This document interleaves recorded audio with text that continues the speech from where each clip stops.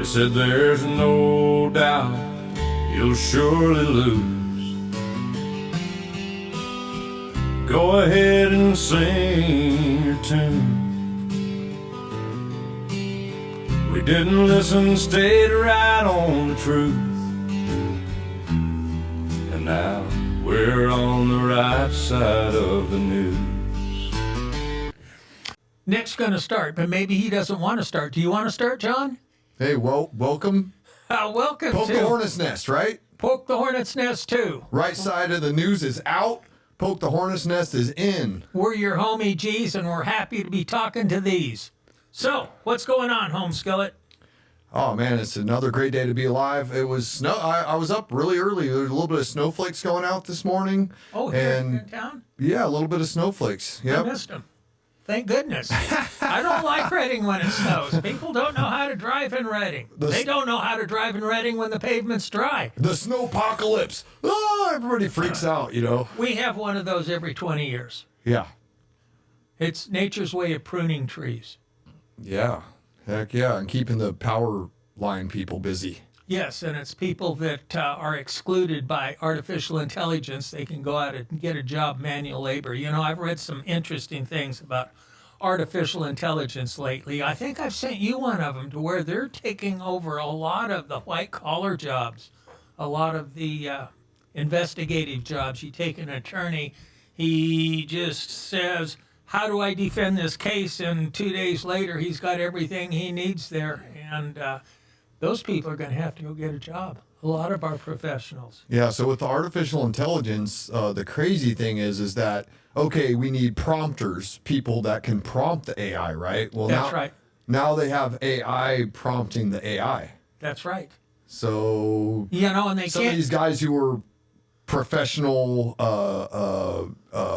really high-skilled prompters are like, hey, I'm out of a job now because an AI replaced the AI prompter. Yeah, you know, and they can probably, the people that have artificial intelligence, they can probably go to work for the city, but the counties thin those out. Most of them have retired or moved on or gone someplace else, and they get people to actually go in there and work. Some of them are doing 3 people's work from the past. You get one competent person in there, and he cleans up the whole mess quick. Joseph Lamore would be one, our county attorney. He's done a wonderful job of cleaning up the backload. How about the mosquito board? How you guys doing on that? Did you get reappointed for another 2 years? I actually got reappointed, and there was nobody even knew. Yes, I know. Ted Leidy was now. there, and I talked to him briefly. He moved. I know. Well, he's back and forth. Oh, well, he's not on the board anymore. Oh, really? No, I haven't talked to him, but, and I really like Ted, but no, there's a vacancy I right now. understood that. I know that somebody applied, and they're probably going to, it's in a board of supervisor appointed position, but anyways, it's kind of right now, it's like we're just talking about, okay, what are we going to buy for next year, pesticides, we're doing some stuff with, we got new vehicles, and it's really mellow right now. You know, we're just kind of talking about what's up and coming because it's kind of the off season. There's not a lot of mosquito activity right now. That could change in 2 or 3 weeks. Yeah, we had a meeting yesterday, and it was the shortest meeting we've ever had. It was only about 50 minutes, less than an hour. That was I've not seen one public comment person yet, and I've been there, I think, 2.5 years now or something like that. How often do you guys meet? Once a month. Do you meet there at the chambers? We took December off because there was just nothing happening. We meet at the Mosquito and Vector Control Board, or the headquarters, sorry. Where's that at? It's down by the Jolly Giant Flea Market, there off of 273, whatever that, I don't know the name of that. Yeah, that's 273, and then you've got East Side Road, Haven Humane's on the same side. Yeah, it's literally you just make a left-hand turn at the flea market, and it's right there on the left-hand side. Oh, I didn't know that. Yeah. Yeah, it's I'll tell you what, though, for government, we actually went over some budgetary stuff, and they came in under budget on some things. And we were going through we had our budget report, and we came in under budget, which I was like, man, this never happens in government. That's right. They're actually pretty freaking good. I'm impressed with the people there, and I truly mean that. I'm not trying to suck up. They actually do a really good, and they're really efficient, and yeah, they do a great job. Do they have the same people that have been there for quite a while? There's a lot of people that have been there for a really long time. How many people work down there? I think there's 22 full-time employees on top of like the scientific operations manager, the district manager, and the operations manager. I believe there's 22 full-time employees, so that would be 20. Oh no, and then Jen, I forget her official position. So then she wears a few different hats. She's in the outreach program, plus she runs all the everyday to day office type stuff. I should know her professional, so I guess that's 4 plus 22. That's 26 full time, and then they bring in what do you call that? Part time or what? Seasonal. Sure. There's some seasonals that they hire during the busy season. Well, they do a good job. I know down where I'm at, there's a lot of water, and the mosquitoes can get horrible. And you can tell when they come through. The next day, you won't have any mosquitoes, and then they build up. It takes about 9 or 10 days, and here they are, just thick with mosquitoes, and they make a run through there, and they're thinned out. Seems like it takes about 3 runs to get them into control. Mm-hmm. Yeah, they care a lot, and they really. Yeah, I'm actually really impressed. Yes, Yeah, I'm impressed with them too. It's that's surprising for a government-run outfit. Yeah, they run a tight ship. And you guys do the city of Reading also? Yeah, the whole county. Mm-hmm. Yep, all of Shasta County. Well, we could cut some expenses there and tell city to do their own. They do the same thing with us. Yeah. You know, we're city. That doesn't apply. What was it? I was talking to Bazinko. Oh, it was about marijuana. I was talking to Bazinko, and I says, okay, you guys have passed a law that you can only have 6 plants, or no, you can't grow any marijuana in the county. This was before they made the greenhouse deal. Mm-hmm. So you couldn't grow it in the county, but the city could grow up to 6 plants. Mm-hmm. So I'm going, well, you're the top law of the county. How come the city can go against what you guys do? Why do they have their own rules? And, well, that's a different entity. They can do what we don't have any authority over them. So we could flip that and say, hey, if you want our mosquito abatement here, you've got to give us some extra money. Yeah, I don't know how. Kind of reaching. Huh? Yeah, well, I don't know. There's a lot to think about. I don't want to just jump out and say something. That's a lot. I mean, you're planting a seed. I got to come back to you now with what my opinion is on that. Yeah, well, maybe I shouldn't have brought that up. That's better bringing it up with somebody that's not an official and making you put your foot in your mouth or say something you don't want to say, or how they can manipulate things. They got me on a tight rope there. They're like, just. When I first got on there was like a 2-hour presentation, and they're like, all right, you don't talk to the media, don't this and that. It actually, it was the previous district manager, I believe, was not entirely thrilled I was going to be on the board, but he moved on to somewhere else, and he was a nice guy and everything, but I kind of like the current district manager quite a bit better. Darcy, she's freaking pretty awesome. Good. Anyways, enough of mosquito. People are bored with mosquito talk, I think, already. So you went to the city council meeting yesterday. Was there anything, or last evening? Last night. Yeah. Well, public comment, there was just 5 speakers. What? Yes. 5? Were you one of them? No, I didn't have anything to say. Oh, you were just listening, huh? The new city manager was there. He didn't say a word. What? Our mayor, Mike Lataw, forgot to introduce him, so he just sat up there and was quiet. And Lataw caught his mistake at the end of the meeting and says, well, we'll catch it up next time. But there was one interesting person that spoke during public comment, Rob Swendeman.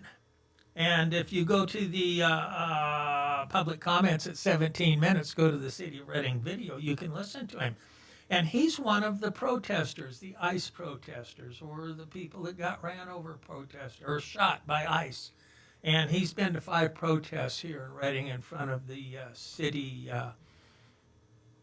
center right down there where the city is on 777 Cypress, I think. City Hall? Is Yeah, that what you City call it? Hall. Mm-hmm. And you see him there, and he's complaining. He believes there is traffic assaults, that we should put a police officer down there. He's pleading for a police officer for 2 hours while they have their protest. They have excess speeding that actually scares them. And then there's excess noise. He said a motorcycle took off his mufflers and drove by him twice, and he had hearing loss and pain over that. He and others for a couple, 2 or 3 days, and intentional exhaust fumes. You've got one of those diesel trucks to where if you really give it the gas, it shoots out black smoke. Well, some of the guys that don't agree with their protests, I assume they shot it towards them. And one thing that really caught my attention, he says there's between 400 and 3,000 people at those protests in front of City Hall down at Reading. I see. You know, I saw even the KRCR took, they said hundreds, and then like I couldn't see a picture with more than 30 people in the, you know what I mean? You think there was, it just, I couldn't see. Okay, so I didn't go there, but I couldn't, you figure if there was hundreds to thousands of people, you'd see a picture with at least 100 people in the picture or something. Anyways, go ahead. I see the same old people that are complaining at the supervisors there. And 3,000 people, I think this guy probably went to the same, or got taught by Charlie Can't Count, you know, our old head of supervisor for, not supervisor, superintendent of education for Shasta County. Not everybody's good at counting. Well, he Or sure math. as heck isn't. So, and he couldn't be a good one. I got a book, Arithmetic for Dummies. I was going to loan it to him, but he didn't want to take it. But anyway, he wants special attention to be there and for the police to be there. Did you say he talked for 17, or at the 17-minute mark? I'm sorry. What? 17-minute mark. Oh, okay. He talked for 3 minutes. I thought I must have misheard you because 3 minutes is what they give you. Okay, go ahead. Yeah, go to 17 minutes and you can hear him, and it's a typical, in my opinion, liberal up there whining, wanting special services. So I thought that was kind of funny. And then we had, I don't know what Nick's last name is, but he is the head of Reading Electric Utility. And he gave a presentation on why we should have a meeting, February 3rd, I believe is the date of our regular city council meeting, our next one, to discuss having a rate increase for the electricity in the city of Reading.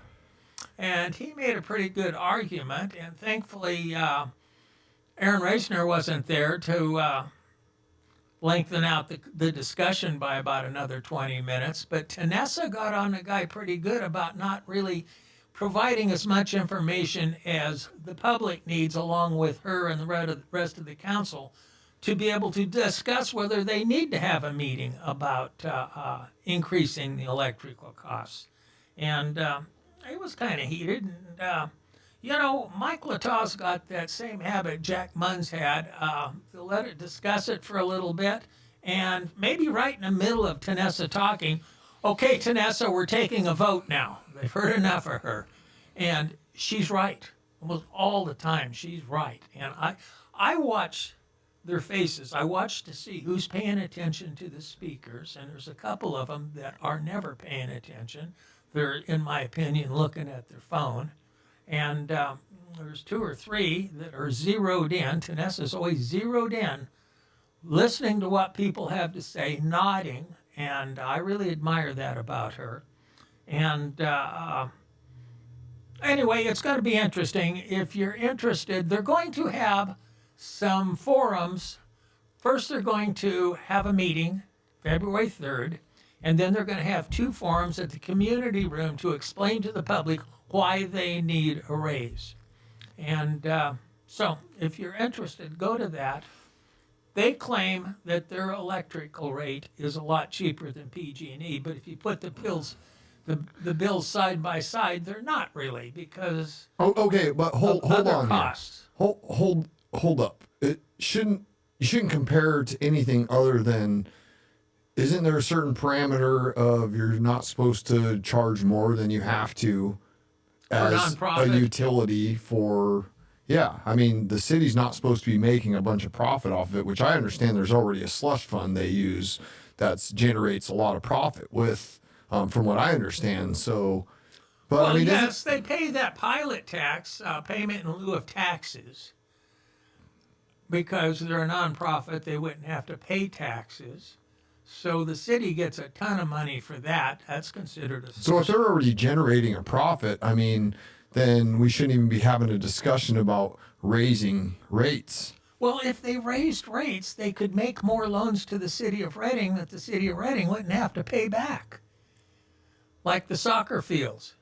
They loaned them, I believe it was $3.5 million. The city of Reading borrowed from REU to put new turf in the soccer fields, and then they decided that they don't need to pay it back. The city of Reading did, the city council. Julie Winter was the big proponent. Who has the soccer fields? The city of Reading owns them. Oh, the city. Gotcha. So the city of Reading owns the soccer fields. Yes. Okay. Gotcha. Yes. So, if you're interested, go to the meetings. I might just. There was to go only... there. I don't have City of Reading. Well, my business does have City of Reading power, and actually, that's quite a bit more than my house. So I guess I do. When I was asking you, I was kind of. There's certain things that you don't. Even if you have a business in the city, but you live in the county, you don't get to vote for a lot of stuff that's happening in the city. And I just feel like everybody participates in the city. I don't know. I mean, I just kind of feel like I'm part of the city, but yet I don't have a lot of say in what. Well, I live in an island of unincorporated property. That means that I'm a county resident, but I'm surrounded by the city of Reading. I spend all my money in Reading. Yeah. My address says Reading. You get right down to it, you go a 60-mile radius around outside of Reading, everybody in there comes in and spends their money in Reading. And, it seems like they should have some say in some things. Yeah, like if we're talking about sales tax, or something like that. I mean, that affects everybody in the county. Yes, that's right. And so I just feel kind of left out. well, they've brought that up to me a couple of times when they were pushing big league dreams and going to build big league dreams. I was a proponent against it. The main reason I was against it is because it would put a couple of private businesses out of business. One was the Reading Indoor Sports Arena up off of Caterpillar Road, and there was a couple other businesses, and I'm saying, why are you going into competition with private entities that pay taxes? You're using their taxes to go in business against them. And, Nick, you're not Christian Schrader. Well, you're not even a resident of the city, are you? I said, well, my address says the city of Reading. I spend my money in Reading. Yes, I am. And she shut up. But, you see that they have different rules. You take the city of Reading, 85%, this was told to me by, the CEO, Dave Rickard, that 85% of our visitors to the Shasta County Jail come from the city of Reading. But is the city of Reading popping in any money to build a jail? They should be responsible for 50% of the fees to build a jail. In my opinion. Yeah, that makes a lot of sense. Yes. And instead, they just get a little booking fee, and away they go. And So out of curiosity, did they talk about a percentage or cents per kilowatt hour or anything like that? Or they talked about 4.5% for the next 3 years, and then I believe it was 5.2 for the year after that. So it was about a pretty close to a 25% raise, maybe 20%.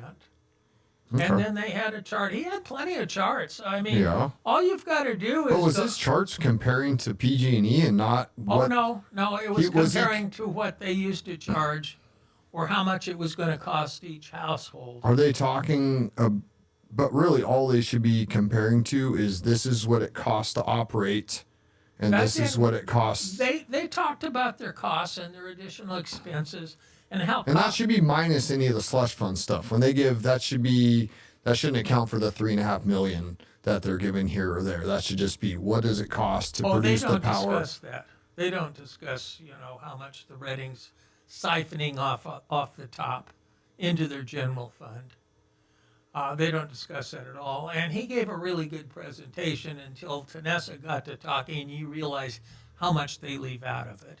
Yeah. And if I was giving a business presentation, I would give all my side and not let the other side in. Yeah, and she can request them to make, or the board can, or the city council can request them to make charts certain ways, I'm sure. Oh, sure. Hopefully they can say. They had easy to read charts up there. Yeah, but if they're leaving things out, if I was on the city council, I would say, hey, I want this and this and this in the chart. Please make me one. That's exactly what Tanessa did. And That's she says, great. I want to go back certain years because last year you didn't have as big a bump as you had 2 or 3 years ago prior to that. And why is that?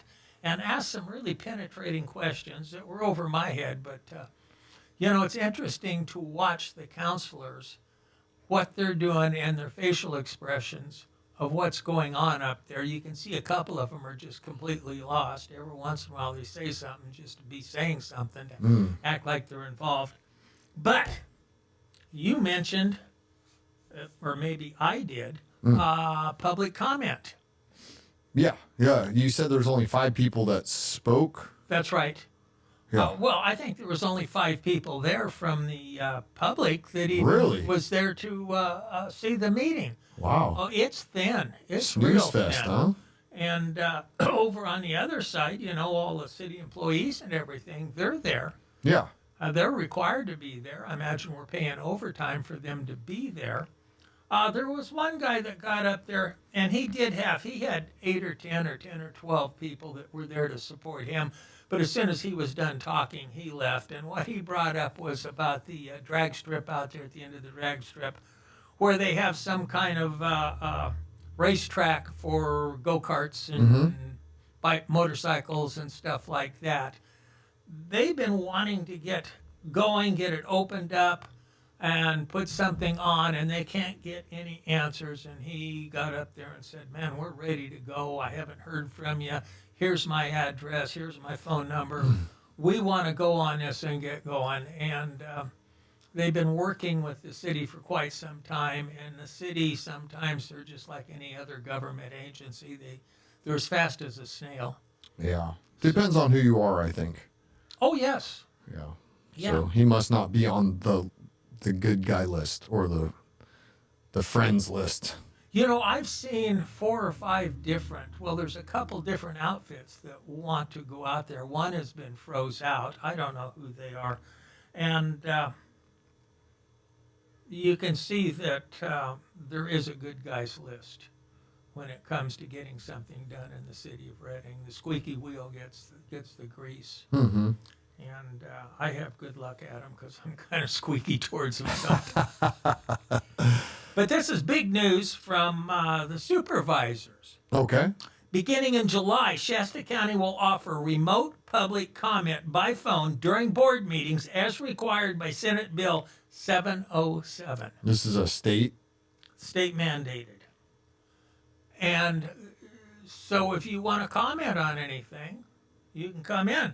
But, and I went to the meeting and I didn't see this on the agenda or anything. I think if you call now, I wonder. Here, this is just my opinion, but I remember during COVID that they were letting people Zoom call in or call on the phone for public comment. That's right. And I felt like they were getting to cut in line personally. Because all of a sudden someone calls and then it's like, oh, it's this person's turn. Well, I think if you're calling in and somebody actually physically took time off from work or just the time to go down to the meeting, that I think you should actually have to do comment in the last after everybody else, then you take the phone call comments. Personally, I just think you put more effort in there. It's easier for someone to sit on hold on their phone than it is for somebody that took time off from work to go there and wait for hours to talk. Then they can go back to work, and if you're on the phone, you should be talking last. That's just my opinion. As a result, the board approved new public comment limits. 2 minutes per speaker, regardless of total of speakers. Today, you get 3 minutes unless there's more than 10 speakers. That came in about a year ago, and that was to cut down the time. 20-minute total cap per item. That means if you're going to talk during public comment, you'll get 2 minutes. And after 20 minutes are up, they're done taking them. I guess they'll probably, maybe like the city of Reading, listen to them after the meeting's over, if you want to stay there. Each person may speak on no more than 4 agenda items. Now, I see why they did that, because we have speakers. Actually, you've got Steve Kahn, you've got Christian Gardner, you've got Dolores Lucero, and numerous others that go up there and have to speak on every item. And they waste a lot of time. They don't, like Dolores, she's constantly threatening lawsuits or bragging about how she talked to an agency and there's prosecutions coming, and pointing fingers at different people and making accusations. Steve Kahn, his ideas are completely opposite of mine, and he's got to get up there and bloviate on every subject.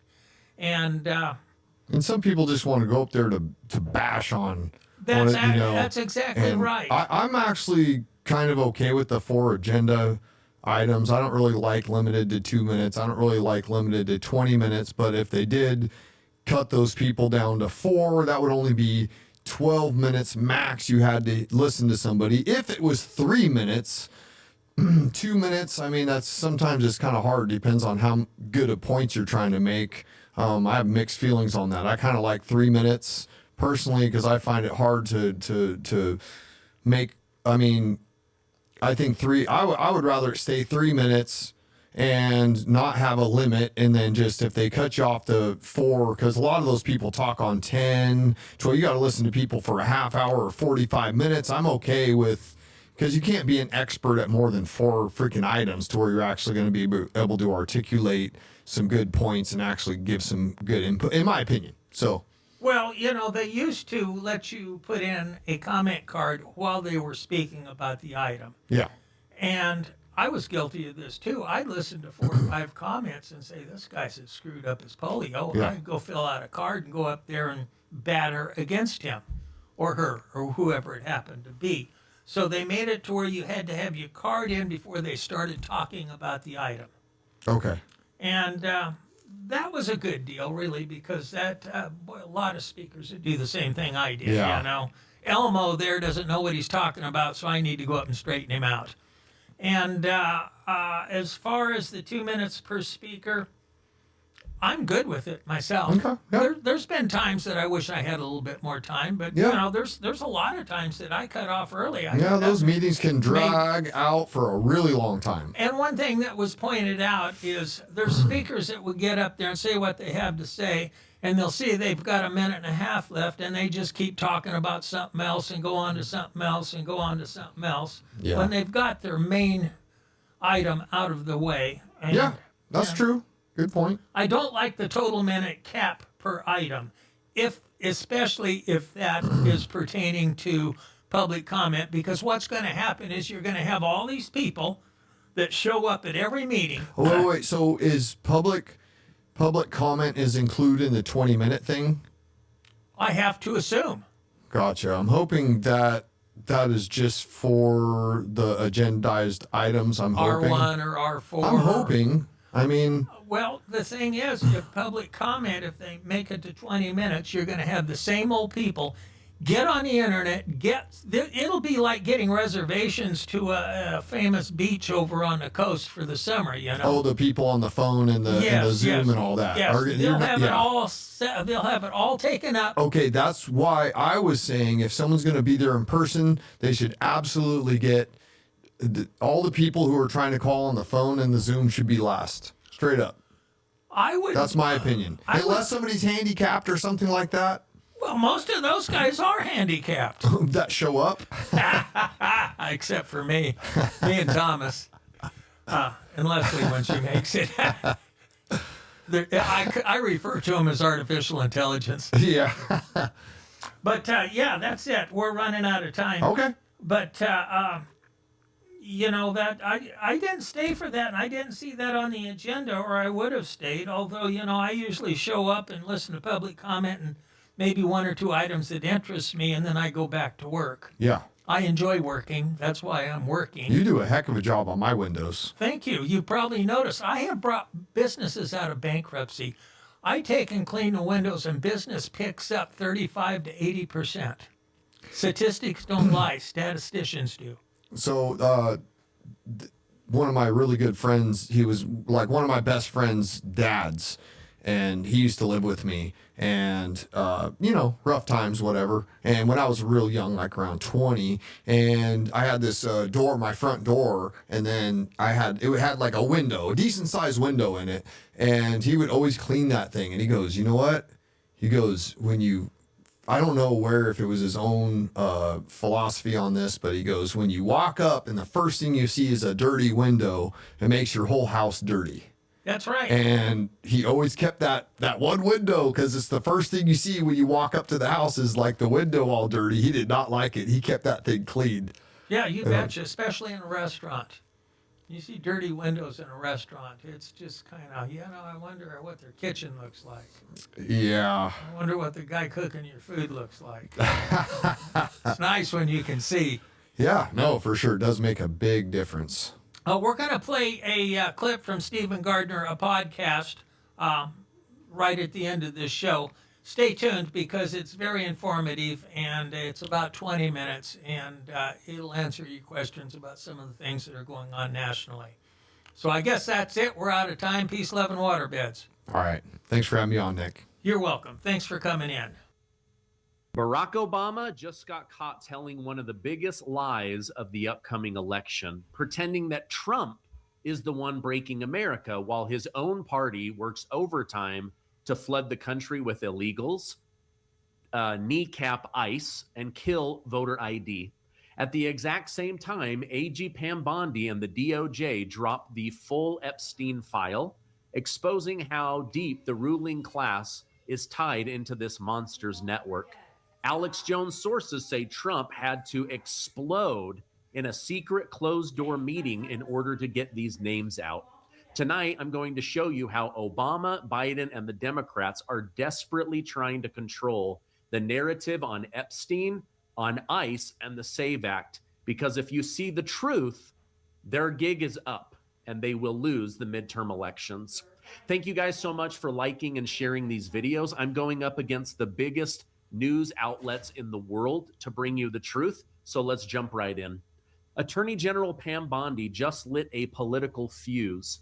She says that as of today, all known Jeffrey Epstein files held by the DOJ have been made public, released under the Epstein File Transparency Act signed by President Trump.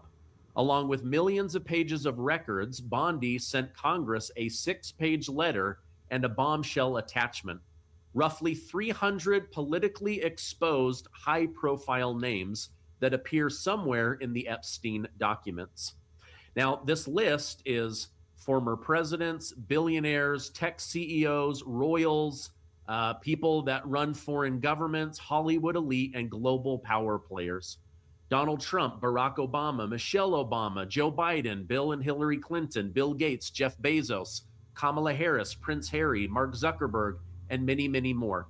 Now, here's the catch. AG Bondi admits these people are mentioned and there are wild accusations. It does not mean that all of them were a part of this evil empire of trafficking girls for horrible, horrible things.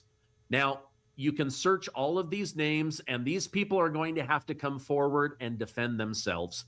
Trump has already defended and proved that he had nothing to do with Epstein's network of trafficking girls. So why is this being put out?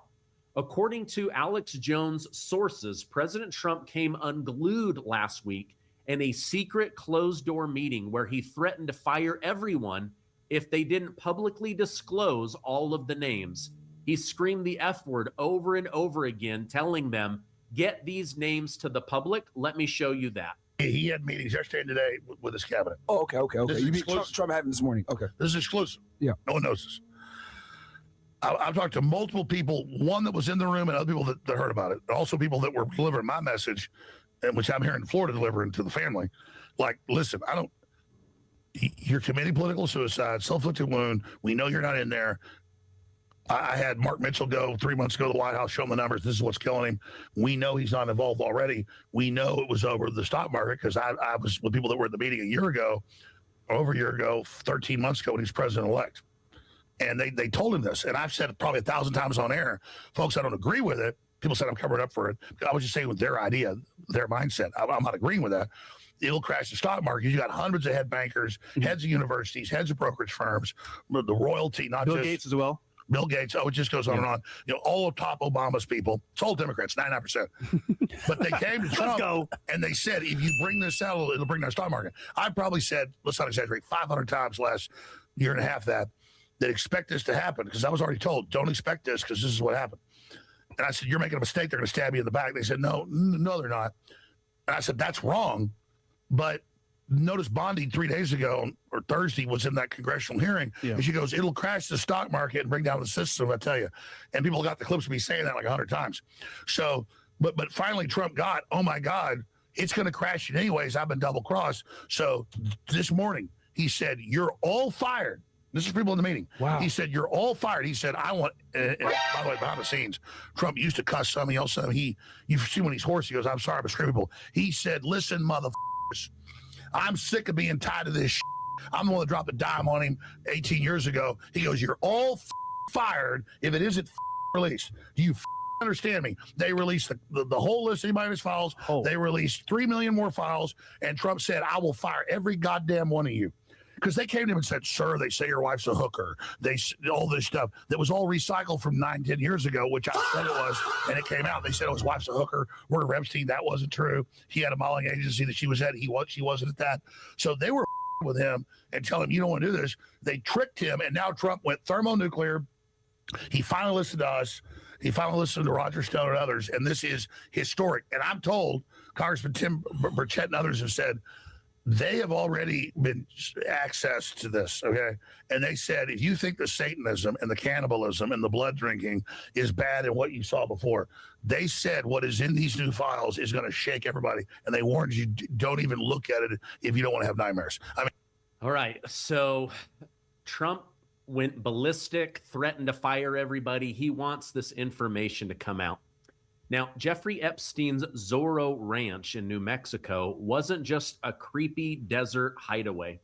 It's a 10,000 square foot fortress with its own mansion, airstrip, and hangar, deliberately isolated so victims had no way to escape. Survivors say they were flown in, trafficked, marched into Epstein's bedroom, and assaulted while powerful men rotated through the bedroom. I'm not going to go into any more detail. This went on for a very long time. Well, now there are many people saying something has to be done. Newly released Epstein files include an email from a claimed former staffer alleging that 2 foreign girls were killed during a interaction and then buried near the ranch, and that women were impregnated and their babies disappeared, probably buried on the ranch. In response, even New Mexico's land commissioner has demanded a full investigation and a forensic search of the property, publicly saying wealthy Epstein critics, victim advocates, and anti-trafficking donors publicly offering to put up money for a forensic team, a ground-penetrating team, cadaver dogs, and excavation in order to find out the truth. This message is simple. If there are bodies that are buried out on Epstein's Zorro Ranch, we should get to the bottom of that. We should all know what they were hiding out in the desert. Meanwhile, Democrats are shutting down the federal government in an attempt to shut down ICE. Now, ICE is being used to cover up for all of the fraud which is 99% connected to Democrats. However, ICE is fully funded thanks to Trump's big, beautiful bill. So Democrats are really just trying to slow down the hot Trump economy, scare Americans about ICE, scare Americans about the border, scare Americans about Trump being the leader of a Nazi army. But what they've really done is weaken the nation, because many of the programs that keep America safe, they are going to be shut down, not ICE. Even Hillary Clinton, while overseas for some weird reason, admitted that Biden and the far left wing of the Democrat Party has gone too far when it comes to flooding America with illegal immigrants. Listen to this. I think we need to call it for what it is. Secretary There is a Clinton. legitimate reason to have a debate about things like migration. It went too far. It's been disruptive and destabilizing, and it needs to be fixed in a humane way with secure borders that don't torture and kill people. All right, so here you have the former Secretary of State, the former First Lady, openly admitting that her party had gone too far, that they are destabilizing America, that they are hurting the American people, and that immigration must be redone. But then she goes on to make fun of Donald Trump, saying Obama and Clinton were able to deport more people than Donald Trump. So what do you people want? Do you want deportations or do you want illegal immigrants? They don't know. And they literally use whatever side of the story they can in order to embarrass Donald Trump. Now, even Gavin Newsom went overseas again as he prepares to announce his run for president. What did he do? He badmouthed the United States of America. He literally trash-talked his own country. He then apologized for America's behavior and, of course, insinuated that President Trump and ICE federal agents are Nazi warriors. He even leans over to a person from Germany and says, "You know what I'm talking about. Listen to this." But I want to remember all those images of masked men, the secret police, something familiar in Germany. Those first images came out of my state, the second largest city in the United States of America. We saw 4,000 National Guard federalized. First time, we'd never seen anything like this. And 700 active duty Marines sent not overseas, but to the second largest city in the United States of America, militarizing the streets of my city. Masked men showing up, unaccountable, no IDs. So wait, he doesn't like that they don't show their ID? Well, maybe they should have their ID, and maybe we should have voter ID. But again, they don't really care about this. All of this is just used to make MAGA look bad, to make Donald Trump look bad, conservative values look bad. I mean, even the former president of the United States went on a podcast spreading lies about MAGA, about America, and specifically about Trump, saying that President Trump is breaking the law in order to build a worse America. The truth is, Democrats are using lawfare at every turn in order to slow him down. They've already shut down the government twice in order to get him. And Obama said voters under Trump are the bad guys. Listen to what Obama said. The other side does the mean, angry, demagoguery, exclusive, us, them, divisive politics. That's their home court. Yeah. Our court is coming together. Our court is, look, a great example. Wasn't political. Bad Bunny's halftime show. I knew you were going to say that. Yeah. Well, it resonated. It was smart because it wasn't preaching. It was showing. It was demonstrating and displaying. This is what a community is. All right, so MAGA is bad, MAGA is evil, MAGA is mean. The Democrats are the party of kindness. The Democrats are the unified party. I mean, just look at our halftime show where somebody came out rubbing and grabbing their crotch over and over again, didn't say one single word in English. They went back and translated the words. It's literally about doing sexual things to women. Now they're getting hit with a fine. The data's coming out that over 10 million people abandoned the show. So it was not unifying. And the Democrat Party is not the party of kindness. I mean, right now on President's Day, they're literally harassing people outside of Trump Tower. So on President's Day, they are boycotting the President of the United States in front of his most successful business, Trump Tower. I'm all in on Make America Healthy Again. Younger people have more energy, faster healing, and better heart health because they naturally make more nitric oxide. Over time, nitric oxide drops sharply, which is why someone over 60 has half the amount of nitric oxide as a 20-year-old, and seniors have even less. This can be disastrous for your health, energy, and healing. Scientists won the Nobel Prize in 1998 for discovering how nitric oxide protects the cardiovascular system. When nitric oxide is low, you feel tired, your joints ache, blood vessels harden, and sexual performance suffers. That's why I drink Cardio Miracle every day. My blood pressure went from 160/99 down to 119/73. I was able to come off my medication. I've noticed clearer thinking, more energy, and better sleep. In fact, listen to what scientists had to say. Nitric oxide is naturally made in our bodies. A Nobel Prize was awarded for the discovery that nitric oxide plays a significant role in the cardiovascular system. This discovery revealed nitric oxide as a vasodilator, helping to reduce blood pressure and increase oxygen in the blood.